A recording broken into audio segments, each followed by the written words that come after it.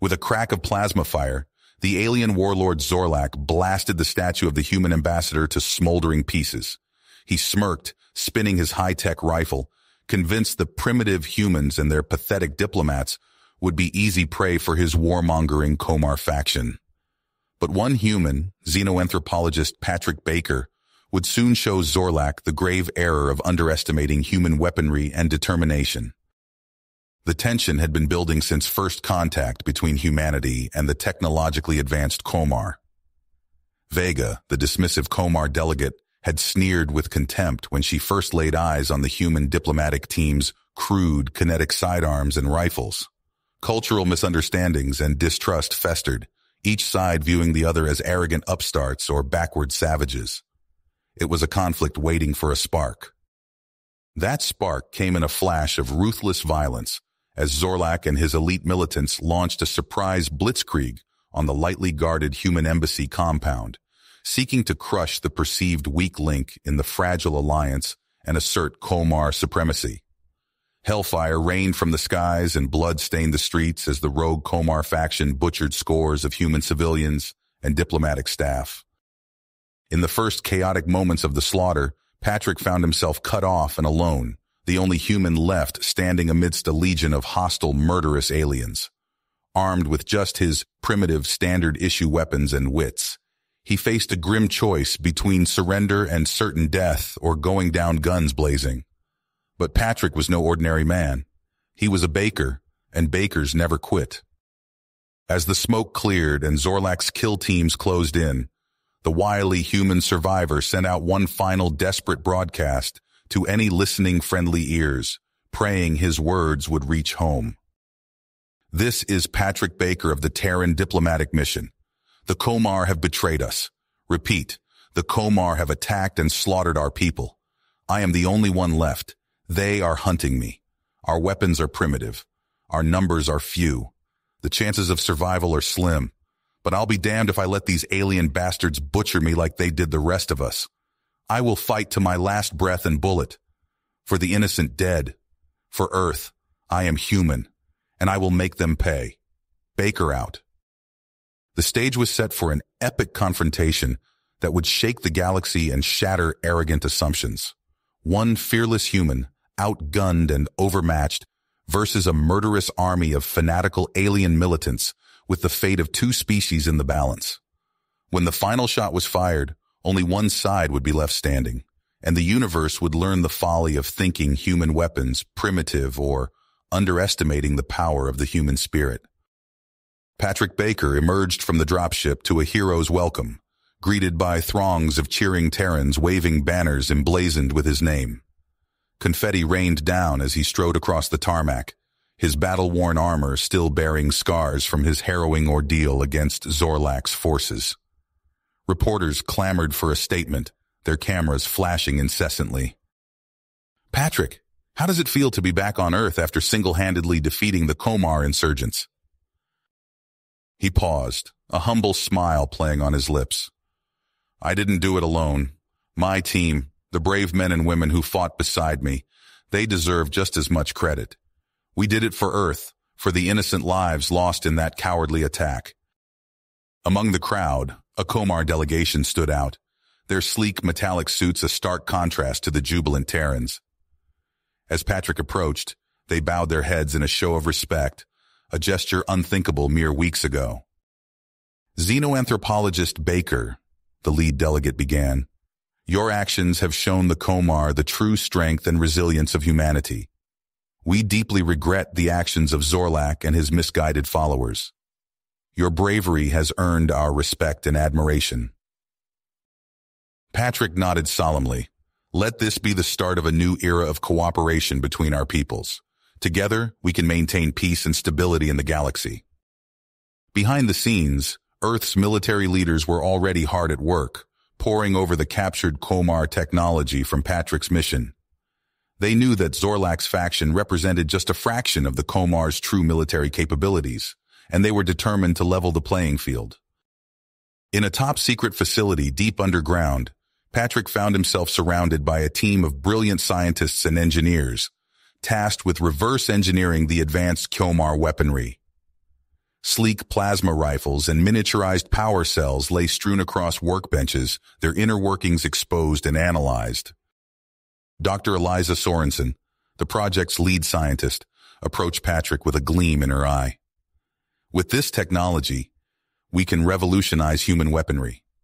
Imagine plasma-enhanced ammunition, weapons with unparalleled precision and power.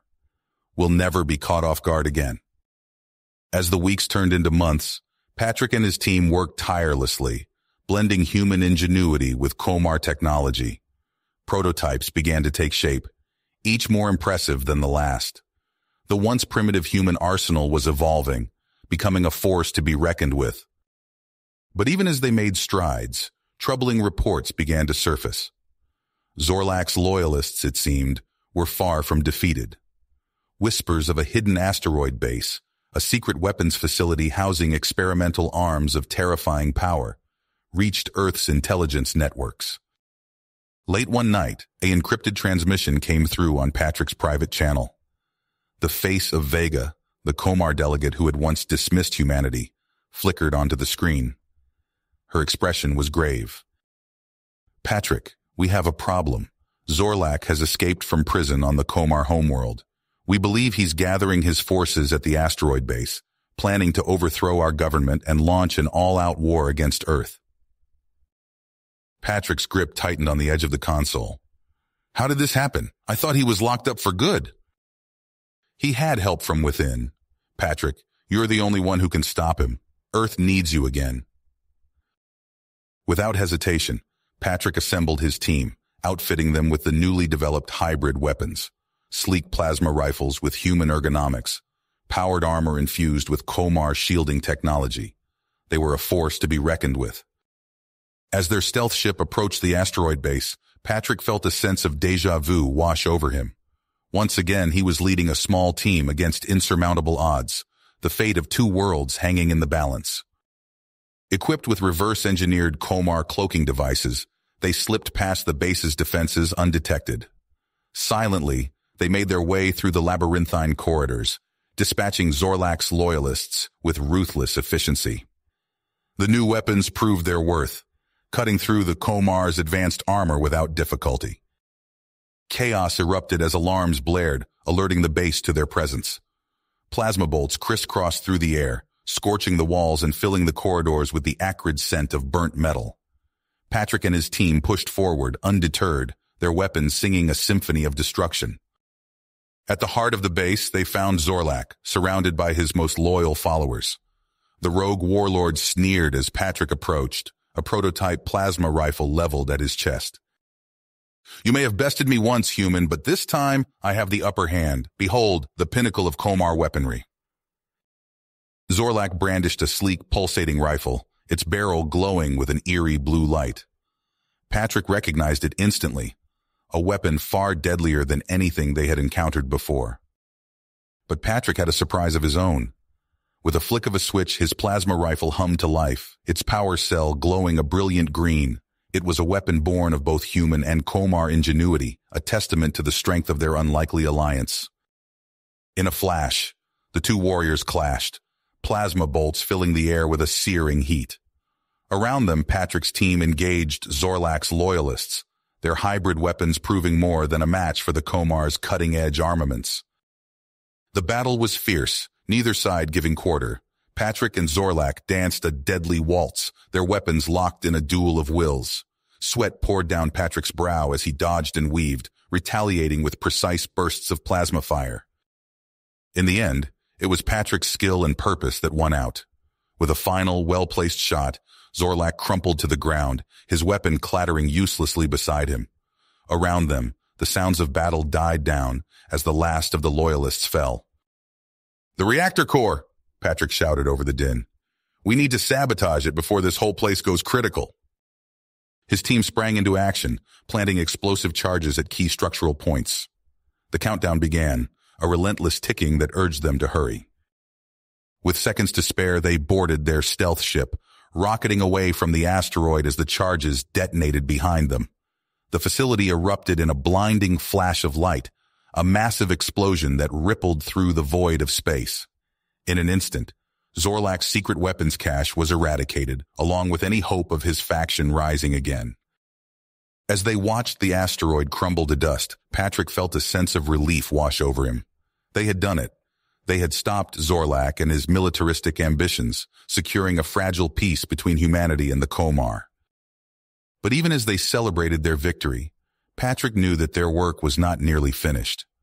The galaxy was a vast and unpredictable place, filled with untold dangers and hostile races. Humanity had proven itself a force to be reckoned with, but they would need to remain vigilant, ready to defend their place among the stars. For now, though, they could bask in the glow of their triumph. Earth was safe, and a new era of cooperation and progress lay ahead. With the combined might of human grit and Komar technology, they would face whatever challenges the future held, united and unbreakable. Patrick Baker stood at the viewport of the Terran diplomatic shuttle, gazing at the gleaming spires of the Komar capital as they descended through wisps of lavender clouds. His new title of ambassador still felt strange, a far cry from the battlefields where he'd made his name. But the real fight was just beginning. As the shuttle touched down on the landing pad, Patrick straightened his formal attire and took a deep breath. A delegation of Komar officials waited to greet him, their faces a mix of reverence and wariness. At their head stood Admiral Kravos, his cybernetic eye glowing with barely concealed hostility. "Welcome to Komar Prime, Ambassador Baker," Kravos intoned, his voice dripping with false warmth. "We trust your stay will be illuminating." Patrick nodded curtly. "I look forward to strengthening the bonds between our peoples, Admiral." The formalities dispensed with, Patrick was whisked away to the High Council chambers. The vast, domed room buzzed with tension as representatives from across Komar space argued in hushed tones. Patrick took his seat, acutely aware of the sideways glances and whispers that followed him.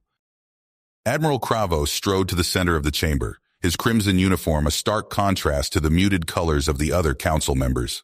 With a theatrical flourish, he activated a holographic display. "Esteemed colleagues," Kravos began, his voice booming through the hall, "I present to you the future of Komar military might, the Astralis."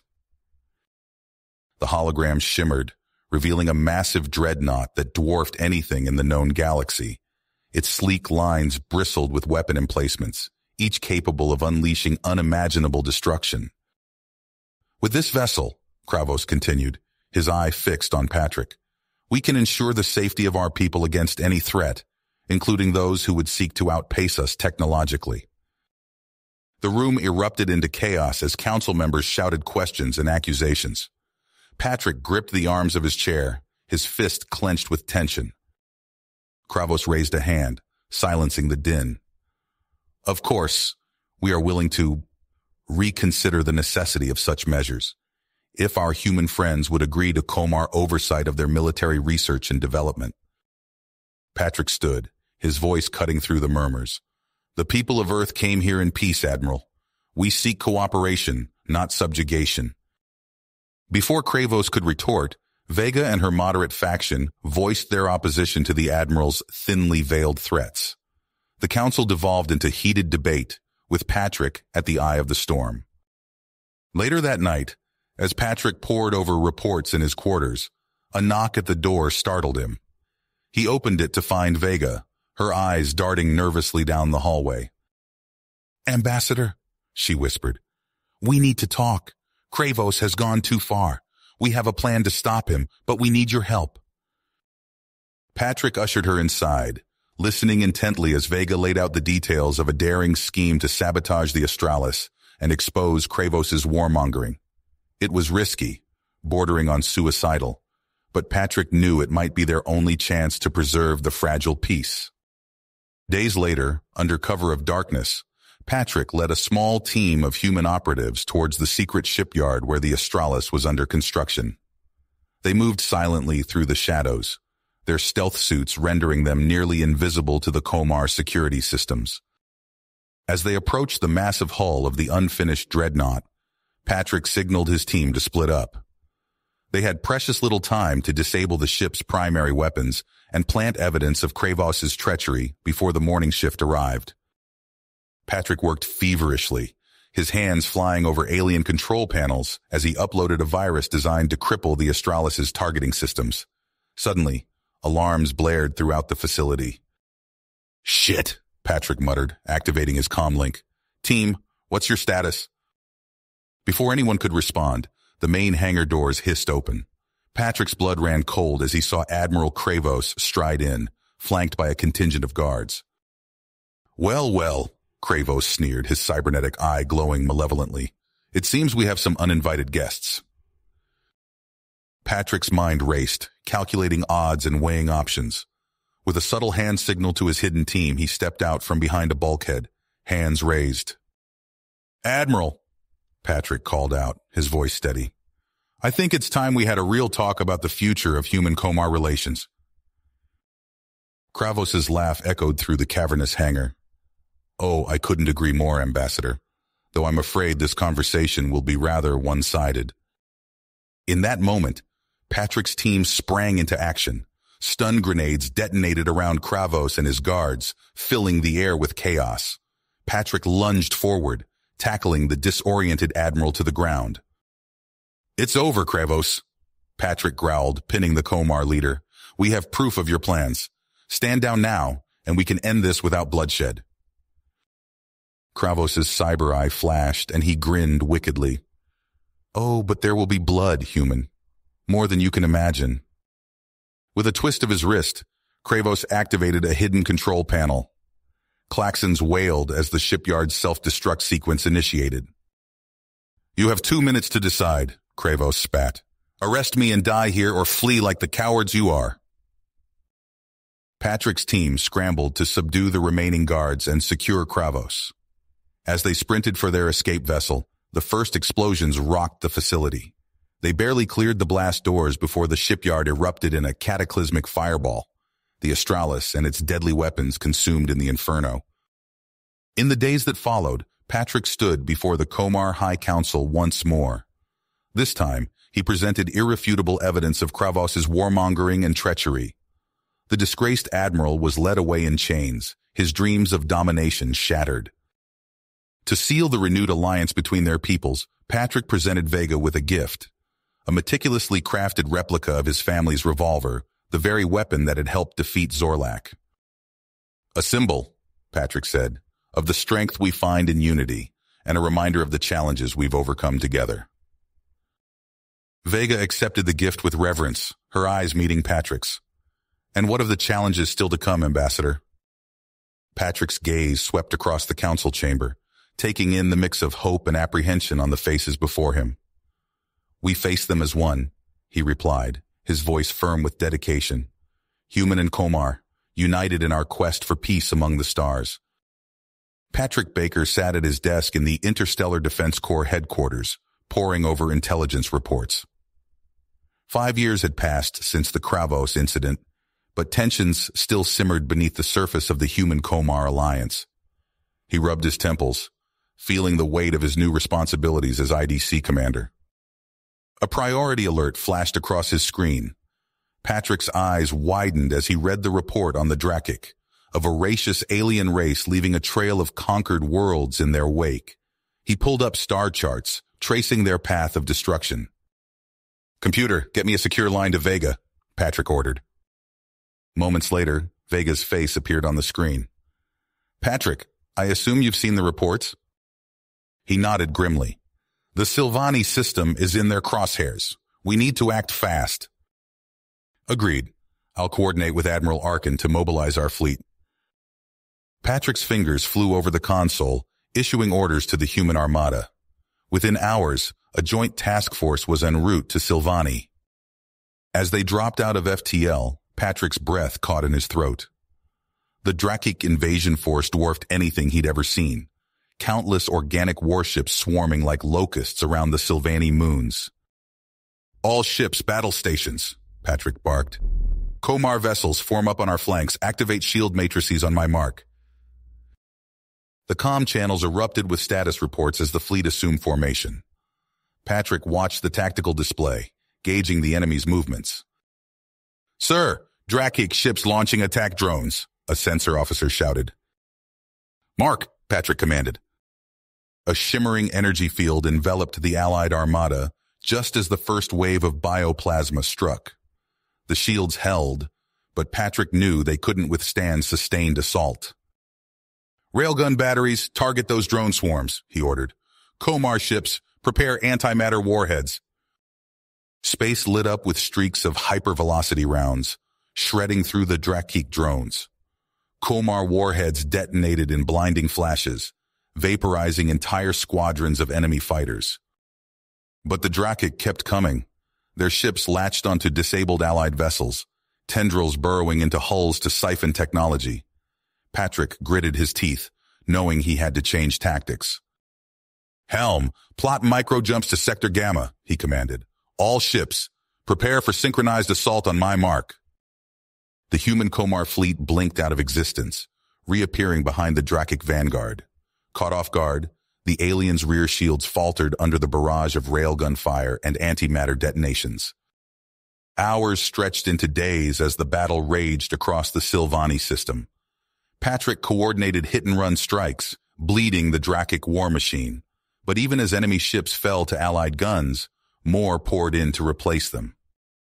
Just when victory seemed within reach, a massive shadow fell across the battlefield. Patrick's blood ran cold as he beheld the Drakik dreadnought, a leviathan of biomechanical horror that dwarfed even the largest Allied capital ships. Sir, that thing's powering up some kind of singularity weapon, his weapons officer shouted. Patrick's mind raced. They couldn't outgun that monstrosity, but maybe. All ships concentrate fire on that dreadnought, he ordered. I need a strike team prepped and ready in 5 minutes.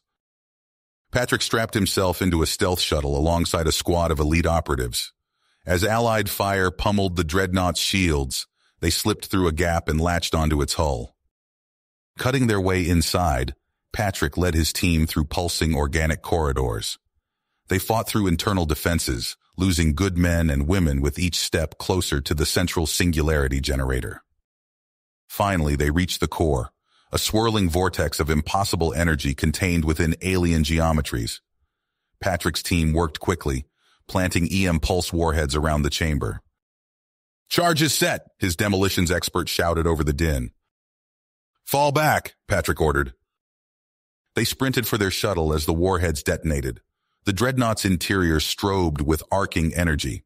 As they cleared the blast radius, Patrick watched the massive ship implode, taking a significant chunk of the Drakik fleet with it.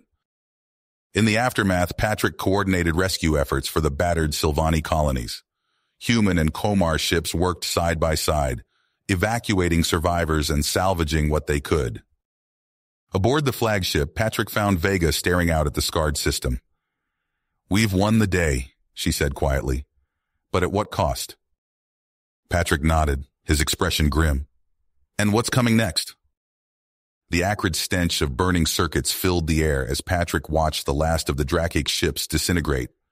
Exhaustion weighed heavy on his shoulders, but a flicker of hope ignited in his chest. They had won. His moment of triumph shattered as alarms blared across the command deck. A junior officer's voice cracked with panic. Sir, the USS Horizon is losing altitude. They're caught in the gas giant's gravity well. Patrick's blood ran cold. The Horizon. Alex was on that ship. He lunged for the communications array, fingers flying over the controls. Horizon, this is Commander Baker. What's your status? Static crackled, then a garbled response. Critical engine failure. Life support failing. Can't maintain orbit. Hold on, Patrick shouted, desperation clawing at his throat. We're sending rescue shuttles. Just hold on. But it was too late.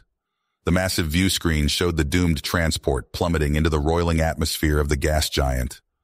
Tendrils of superheated gas tore at the hull as the ship disappeared from sight. Patrick stood frozen, his hands gripping the console. The bridge fell silent, the victory celebration evaporating in an instant. He barely registered Vega's hand on his shoulder, her voice a distant murmur of condolence. Days blurred together as Patrick retreated to his quarters. He stared at a hologram of Alex, forever frozen in a moment of laughter. The cost of their triumph felt hollow, each casualty report driving the knife deeper. A chime at his door roused him from his stupor. "Enter!" he called, his voice hoarse from disuse. Vega stepped inside, her usually stern features softened with concern. "Patrick, I know you're grieving, but we need you. There's something you need to see." He followed her to the command center, where a holo display showed a sector of space he didn't recognize. Strange energy signatures pulsed across the map. "What am I looking at?" Patrick asked, struggling to focus. Vega's voice was grim. "We're calling them the Virak. They appeared from nowhere, tearing through our outer colonies without difficulty." The display zoomed in on a world Patrick recognized. New Eden, a thriving human settlement. As he watched, sickly green beams lanced from orbiting ships, molecules unraveling before his eyes. In seconds, the entire planet was reduced to its component atoms. "My God," Patrick breathed. "How many—" 12 worlds so far, Vega cut him off. "Our weapons barely scratch their shields.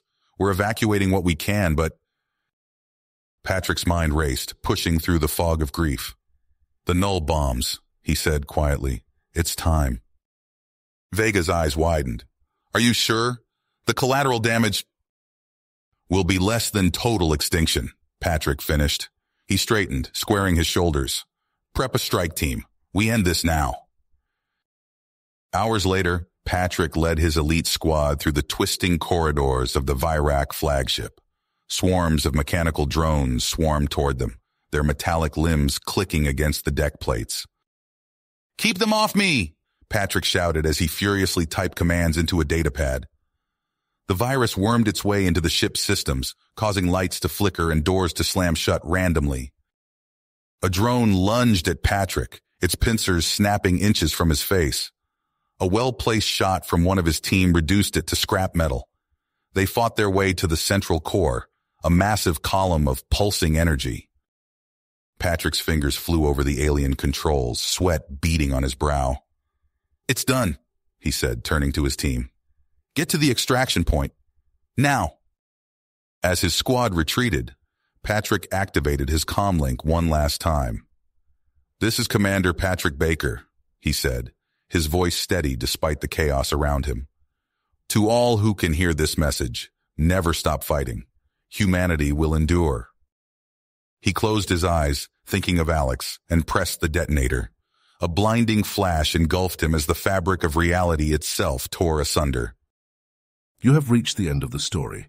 If you enjoyed this story and want to support us, please leave a like and subscribe to our channel, and for every comment that says 88, I will heart every single one of them. Thank you for your time.